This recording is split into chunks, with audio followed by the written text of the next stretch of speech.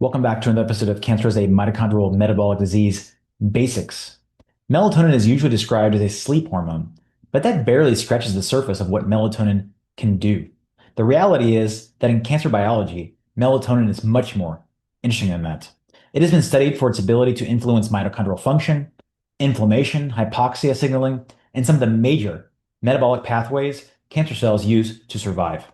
In this video, I want to focus on one very specific question. Can melatonin interfere with cancer's fuel? Today, we're going to look at how melatonin may affect glucose metabolism, glutamine metabolism, HIF-1 alpha, c-MYC, PDK, and other pathways that help cancer cells adapt, grow, and resist therapy. So this is not just another video about sleep. This is a video about how melatonin acts as a metabolic and mitochondrial signal and how it may make cancer cells more vulnerable at the molecular level. So without further ado, let's get into it. So I planned on making this one video, but as I got into the research, into the literature, into all the different mechanisms of how melatonin can actually kill cancer cells, I had to make it two videos because there's just so many things that this molecule and this compound is doing within our bodies. So let's start out with this paper that was published in September of 2022 and is titled, "Is Melatonin the quote-unquote next vitamin D? A review of emerging science, clinical uses, safety, and dietary supplements." And it says here in the abstract, there are distinct similarities between melatonin and vitamin D in the depth and breadth of the impact on health. Both act as hormones, affect multiple systems through their immune modulating, anti-inflammatory functions, are found in the skin, and are responsive to sunlight and darkness. In fact, there may be similarities between the widespread concern of vitamin D deficiency as a sunlight deficiency and the reduced melatonin secretion as a result of a darkness deficiency from overexposure to artificial blue light. And I'm going to orient us again on kind of what really matters when it comes to cancer metabolism, and that is the metabolism of both glucose and glutamine. And so I'm going to present melatonin in this video based off of these two high return on investment targets. So I'm going to start with this paper here that was titled Anti-Warburg Effect of Melatonin, a Proposed Mechanism to Explain Its Inhibition of Multiple Diseases. And it says molecules called glycolytics inhibit aerobic glycolysis and convert cells to a healthier phenotype. Glycolytics often function by inhibiting hypoxia-inducible factor 1 alpha, leading to PDC disinhibition, allowing for intramitochondrial conversion of pyruvate to acetyl-CoA. Melatonin is a glycolytic which converts disease cells to a healthier phenotype. In this next paper, it's titled Switching Disease Cells from Cytosolic Aerobic Glycolysis to Mitochondrial Oxidative Phosphorylation, a Metabolic Rhythm Regulated by Melatonin.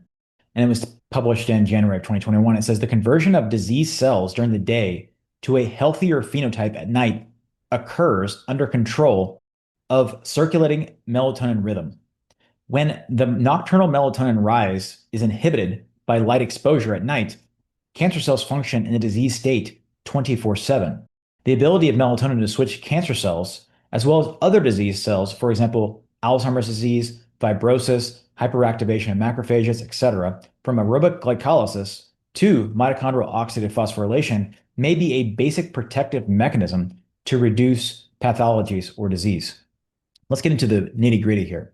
So this is looking at melatonin and its diverse effects on cancer physiology. And we see here that melatonin is having effects like HIF-1 alpha, AKT, c-MYC, and a variety of other things. And I want to just put this on the shelf for a second because I'm going to look at down the glucose metabolism chain called glycolysis. I want to look at all the things it can do. So we see here that it's highlighted that it can downregulate GLUT transporters. These are the glucose transporters that take glucose from outside the cell to inside the cell. It can have effects at the level of hexokinase, PFK, FB, lactate dehydrogenase A, as well as it said in that prior paper, effects on hypoxia-inducible factor 1 alpha. And if I was to look at where melatonin is acting on sugar or on glucose through the glycolysis pathway, I've put arrows where melatonin is acting. So here's the GLUT transporters, for example. Here's hexokinase. Here's PKFB. It's not shown on this graphic. Here's lactate dehydrogenase A. Here's PDK. Here's HIF1 alpha, as well as lactate transporters. I want to take a second here to specifically highlight PDK. So PDK is most well known to be inhibited by a drug called dichloroacetate. And what we're seeing here is that PDK, pyruvate dehydrogenase kinase, is going to pyruvate dehydrogenase, and it's actually inhibiting that enzyme. So that way that glucose is basically forced into lactate. It cannot get into the mitochondria as acetyl-CoA. So therefore, DCA will block the enzyme that's blocking this enzyme. Okay, so what else has that same effect? Well, melatonin does. And this paper that was published in September of 2021 is titled Melatonin Inhibits Lung Cancer Development by Reversing the Warburg Effect via Stimulating the SIRT3 PDH Axis. And it says, similarly, we observed that melatonin inhibited the proliferation of lung cancer cells A549, PC9, and LLC cells, and the underlying mechanism of melatonin was related to reprogramming cancer cell metabolism, accompanied by a shift from cytosolic aerobic glycolysis to oxidative phosphorylation, OXPHOS. These changes were accompanied by higher ATP production and an elevated ATP production coupled oxygen consumption rate, higher ROS levels, higher mito-ROS levels, lower lactic acid secretion.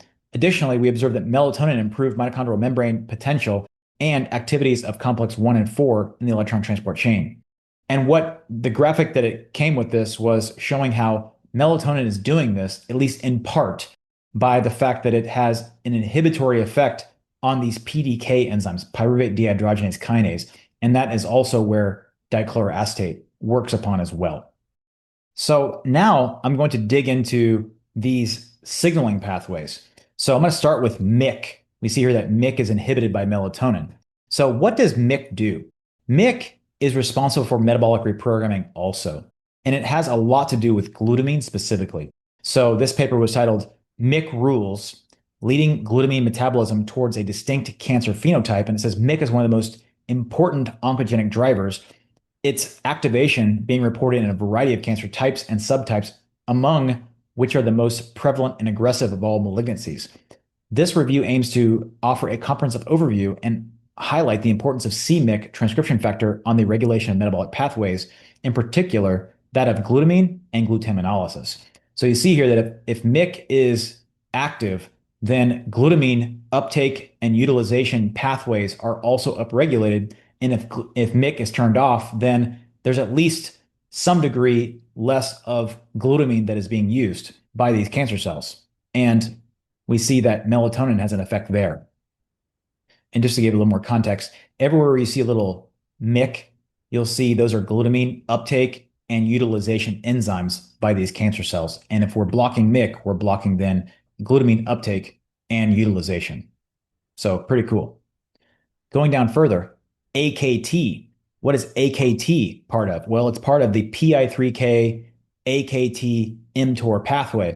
AKT is right here central to this, and it's responsible for glucose metabolism as well as glutamine metabolism. So basically, between downregulating and leading to the destabilization of HIF, AKT, and c-MYC, we are having diverse effects on the metabolic reprogramming that happens within cancer that upregulates the cancer's ability to utilize glucose and glutamine both. Now, if that wasn't enough, there's a whole bunch of other signaling pathways that we didn't even talk about in this video that I don't even think that I have time to cover here. But that would include AMPK, p53, IGF-1, STAT3, VEGF, et cetera, et cetera, et cetera. There are a whole bunch of cancer signaling related pathways that are inhibited or downregulated by melatonin.